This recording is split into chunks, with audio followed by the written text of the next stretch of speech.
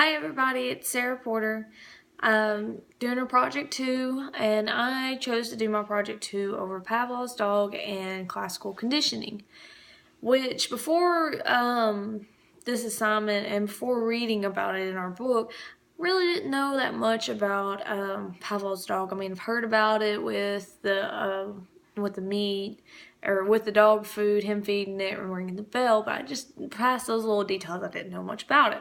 But reading it in the chapters that we had, and it explained it a little bit more in detail, gave me a little bit more of an idea about it and understand it more. And so that's what I'm going to be talking about throughout my video. So, and I'm going to be reading my notes, so that's why I'm looking down a little bit.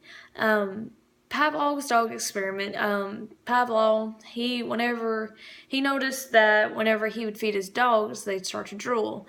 And of course, dogs are going to drool. I mean, humans drool whenever they're hungry too. So, but in this situation, the meat is considered the unconditional stimula. And when they drool, when they slobber, that's considered the unconditional response, meaning it doesn't have to be taught. Like I said, dogs are going to drool. They drool even when they don't have food in front of them. They drool when they're sleeping and such as that. So, so the slobber, again, is the unconditional response, meaning that it doesn't have to be taught. And the meat was the unconditional stimula. Well, Pavlov rang the bell, and the bell in this situation is considered the neutral stimulus. So whenever he started noticing that they'd drool and stuff, I guess he wanted to see if he could make it be taught. So every time he'd feed his dogs when he started the experience on, he'd ring a bell.